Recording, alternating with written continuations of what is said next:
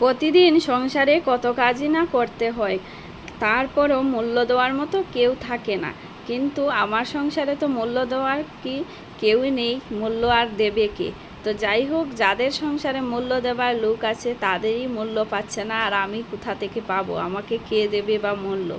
তো সংসারে তো কাজ করতেই হবে।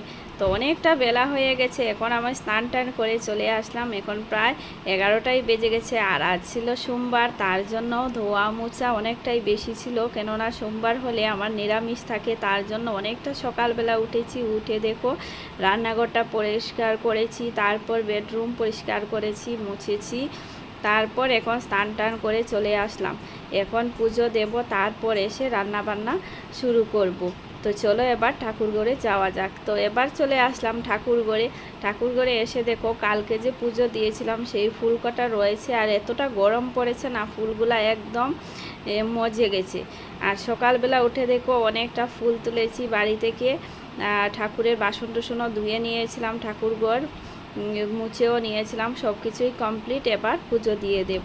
তো আমি পুজো দিয়ে এবার চলে আসলাম বেডরুমে। এসে দেখো একটু গরমের মধ্যে কি দেব বলো? তো একটু টোনার দিয়েছি, হালকা একটু টোনার দিয়েছি। আর খুব অ্যালার্জি সমস্যা হচ্ছে, তার জন্য অন্য কিছু দিতেও পারি না। আর এটা হচ্ছে একটা জেল, ওইটাই হালকা করে দিয়ে দেব। আর কোনো কিছুই দিতে পারি না, স্কিনের মধ্যে সুইট হয় না, তার জন্য। তো এখনও রান্নাবান্না কোনো কিছুই হয়নি, এখন রান্নাবান্না করব। তো প্রত্যেক দিন কত কাজ করি, কিন্তু কে দেবে মূল্য বলো? মূল্য দেওয়ার কেউ নেই, যাদের আছে তারাই মূল্য পাচ্ছে না, আর আমি কোথা থেকে পাবো? তো এবার যাব রান্নাঘরে। রান্নাঘরে গিয়ে রান্না করতে হবে, রান্না বান্না কোনো কিছু হয়নি। আর এতটা গরম পড়েছে না, চুলগুলো আর ছেড়ে রাখতে পারবো না, তার জন্য উপরে করে বেঁধে নেব। তার জন্য ভিজে চুলটাকেও একটু আঁচড়ে নিলাম। আর ভিজে চুলটা আঁচড়া কিন্তু ঠিক নয়, চুলগুলো এমনিতেই ঝরে পড়ে। আর কি করব বলো, না আঁচড়ে ঠিক হচ্ছিল না, তার জন্য একটু হালকা করে আঁচড়ে নিলাম। তো আমরা যা কিছু ভাবু জীবনে সব কিছু কিন্তু হয় না।